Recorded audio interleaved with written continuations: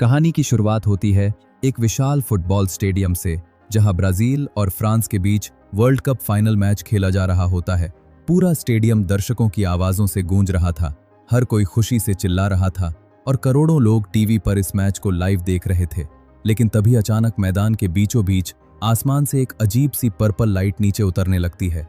शुरुआत में लोगों को लगता है कि शायद ये कोई शो का हिस्सा होगा, लेकिन कुछ ही सेकंड में वो रोशनी इतनी ज्यादा तेज और डरावनी हो जाती है कि पूरा स्टेडियम खामोश हो जाता है।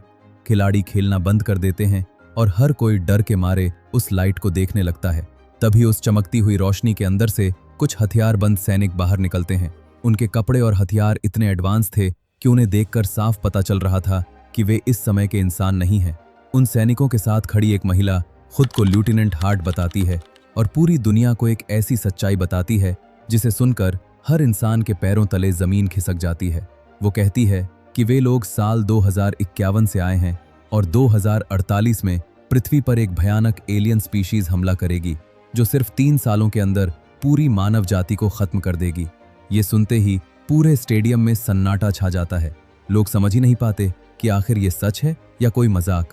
लेकिन लेफ्टिनेंट हार्ट आगे बताती है कि फ्यूचर में इंसानों की संख्या इतनी कम बची है कि वे अकेले ये युद्ध नहीं जीत सकते, इसलिए उन्हें प्रेजेंट टाइम के लोगों की मदद चाहिए। ये सुनते ही पूरी दुनिया में डर और अफरा तफरी फैल जाती है। न्यूज़ चैनल्स पर हड़कंप मच जाता है और हर जगह सिर्फ इसी की चर्चा होने लगती है। इसी दौरान हम डैन फॉरेस्टर नाम के एक आदमी को देखते हैं जो अपनी पत्नी एमी और छोटी बेटी म्यूरी के साथ ये सब टीवी पर देख रहा था। डैन बाहर से एक साधारण हाई स्कूल टीचर था, लेकिन अंदर से वो अब भी एक सैनिक की जिंदगी नहीं भूल पाया था, क्योंकि वो पहले अमेरिकन आर्मी में रह चुका था। उसे हमेशा लगता था कि उसकी जिंदगी किसी बड़े मकसद के लिए बनी है, लेकिन नौकरी ना मिलने और सपने पूरे ना होने की वजह से वो अंदर ही अंदर टूट चुका था। उसका सपना था कि वो साइंस और मिलिट्री एक्सपीरियंस को मिलाकर कुछ ऐसा करे जिससे दुनिया बदल जाए, लेकिन हर जगह रिजेक्शन मिलने की वजह से वो धीरे धीरे अपनी जिंदगी से निराश होता जा रहा था।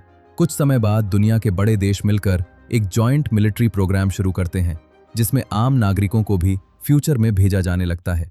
लेकिन जो लोग वहां जाते उनमें से ज्यादातर कभी वापस नहीं लौटते। इसी वजह से पूरी दुनिया में डर फैल जाता है। लोग सरकारों के खिलाफ प्रदर्शन करने लगते हैं, क्योंकि कोई भी मरने के लिए फ्यूचर में नहीं जाना चाहता था। इसी बीच डैन के फोन पर भी एक मैसेज आता है जिसमें लिखा होता है कि उसे फ्यूचर में भेजने के लिए चुना गया है। ये पढ़ते ही एमी डर जाती है, क्योंकि वो जानती थी कि शायद डैन कभी वापस ना आए। लेकिन डैन के पास कोई दूसरा रास्ता नहीं था, इसलिए वो अगले दिन मिलिट्री बेस पहुंच जाता है। वहां सबसे पहले उसके शरीर की जांच होती है, फिर उसके हाथ में एक स्पेशल ट्रैकिंग डिवाइस लगाया जाता है। ये डिवाइस उसे फ्यूचर से वापस लाने के लिए जरूरी था। तभी एक कमांडर उसे बताता है कि रिकॉर्ड्स के अनुसार उसकी मौत साल 2030 में होने वाली है, यानी उसके पास सिर्फ कुछ साल बचे हैं। अपनी मौत की तारीख सुनकर डैन पूरी तरह चुप हो जाता है। उसे समझ नहीं आता कि वो क्या बोले। घर लौटकर वो सारी बातें एमी को बता देता है। एमी डर जाती है और कहती है कि वे लोग कहीं दूर भाग जाएंगे, लेकिन डैन समझ जाता है कि अब भागने का कोई फायदा नहीं है, क्योंकि उसके हाथ में लगा डिवाइस उसे कहीं भी छुपने नहीं देगा। उस रात डैन अपनी बेटी म्यूरी के कमरे में जाता है। म्यूरी उसे कसकर पकड़ लेती है, क्योंकि उसे महसूस हो रहा था कि उसके पिता किसी खतरनाक जगह जाने वाले हैं। डैन उससे वादा करता है कि वो जरूर वापस आएगा, लेकिन उसके चेहरे पर साफ दिखाई दे रहा था कि उसे खुद भी नहीं पता कि वो सच बोल रहा है या नहीं। अगले दिन वो अपनी फैमिली को अलविदा कहकर मिलिट्री बेस की तरफ निकल जाता है।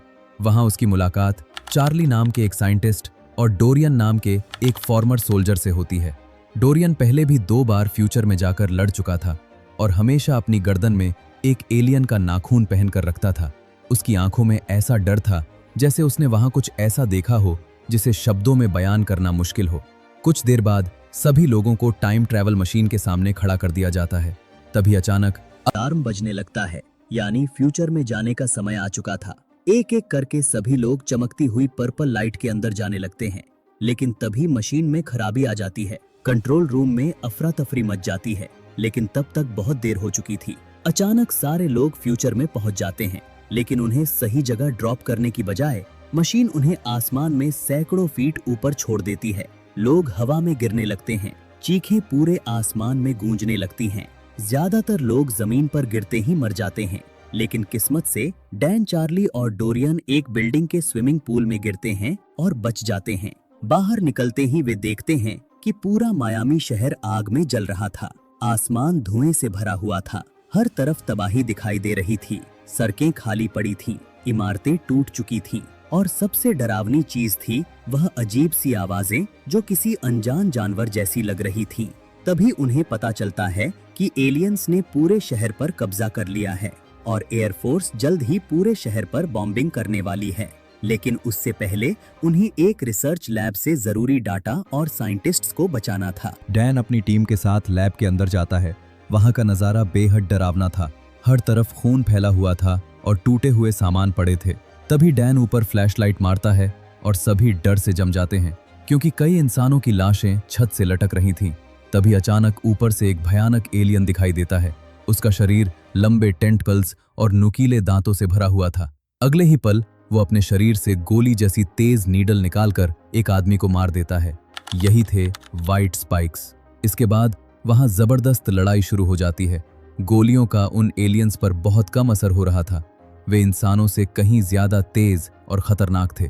किसी तरह डैन और उसकी टीम वहां से भागने में सफल होती है, लेकिन तभी एयरफोर्स पूरे शहर पर बॉम्बिंग शुरू कर देती है। चारों तरफ धमाके, आग और चीखें फैल जाती हैं।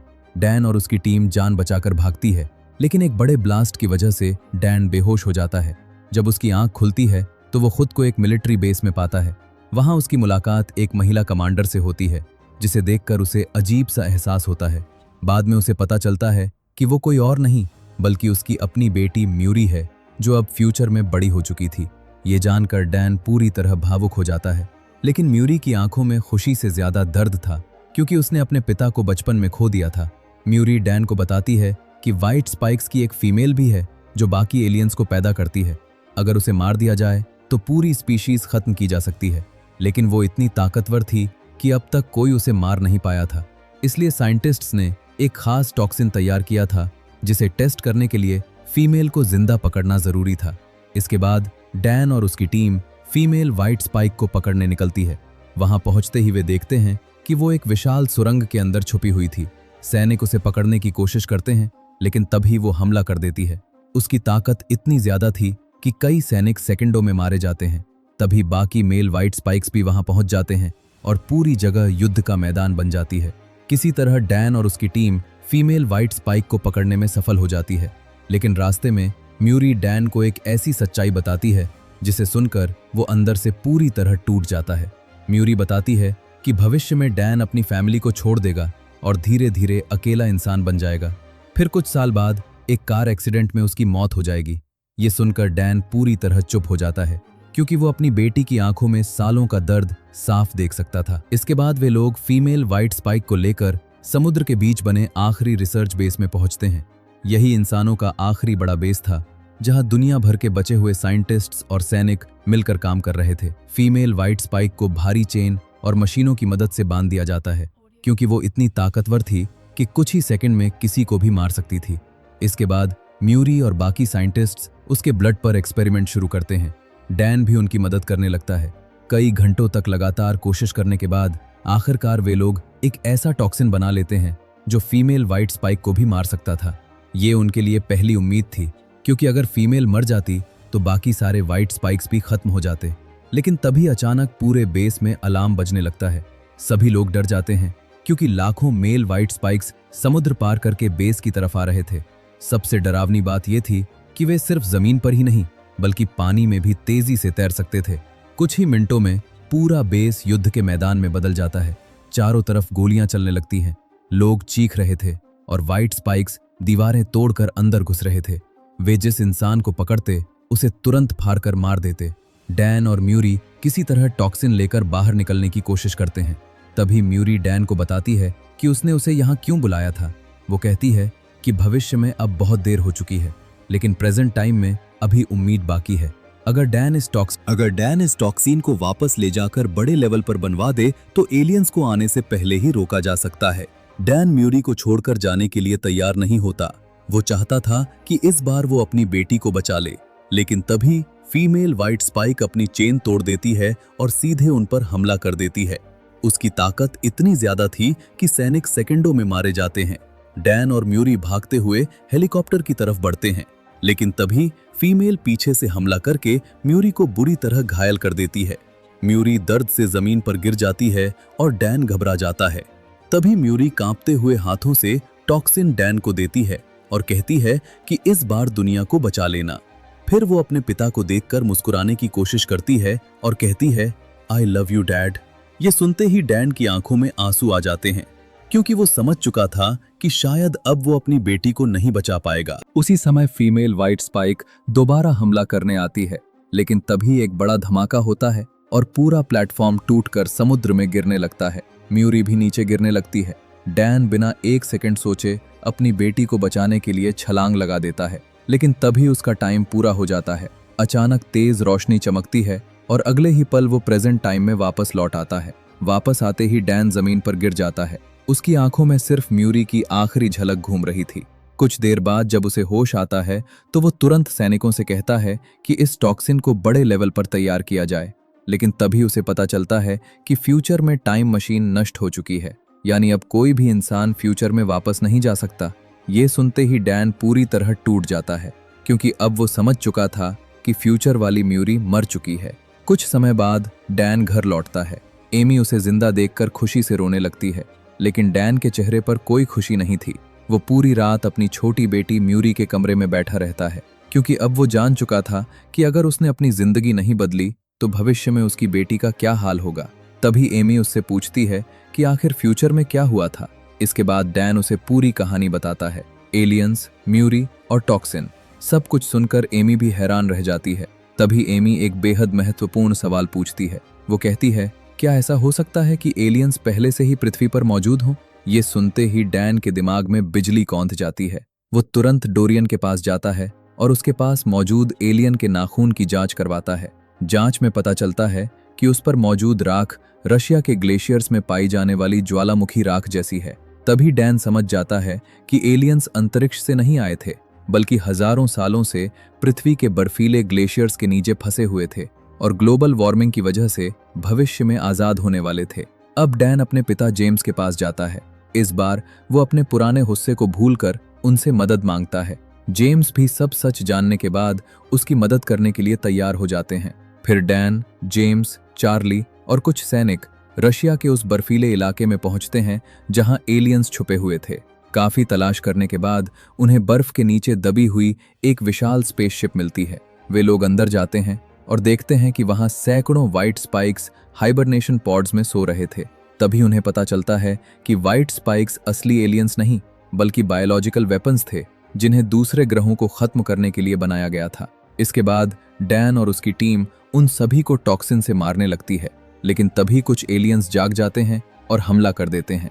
पूरी स्पेसशिप के अंदर भयानक लड़ाई शुरू हो जाती है। गोलियों और धमाकों के बीच डोरियन खुद को बलिदान कर देता है ताकि बाकी लोग बच सकें। स्पेसशिप में बड़ा धमाका होता है और ज्यादातर व्हाइट स्पाइक्स मर जाते हैं, लेकिन फीमेल व्हाइट स्पाइक भाग निकलती है। अब अगर वो बच जाती तो सब कुछ फिर से शुरू हो सकता था, इसलिए डैन और उसके पिता उसका पीछा करते हैं। बर्फीले पहाड़ों के बीच फीमेल उन पर हमला कर देती है। वो इतनी ताकतवर थी कि डैन और जेम्स दोनों मिलकर भी उसे मुश्किल से रोक पा रहे थे। तभी जेम्स खुद को खतरे में डालकर उसका ध्यान भटकाते हैं और डैन मौका देखकर उसकी गर्दन में आखिरी टॉक्सिन इंजेक्ट कर देता है। कुछ ही सेकंड में फीमेल तड़पने लगती है, उसका शरीर गलने लगता है, लेकिन मरने से पहले वो डैन पर हमला करने की कोशिश करती है।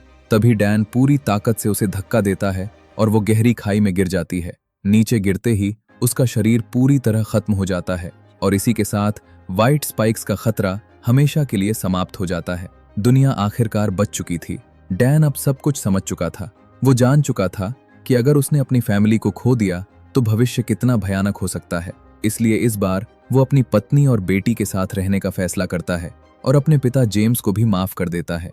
अब पहली बार उसे महसूस होता है कि जिंदगी का असली मतलब सिर्फ बड़े सपने नहीं, बल्कि अपने परिवार के साथ रहना भी होता है।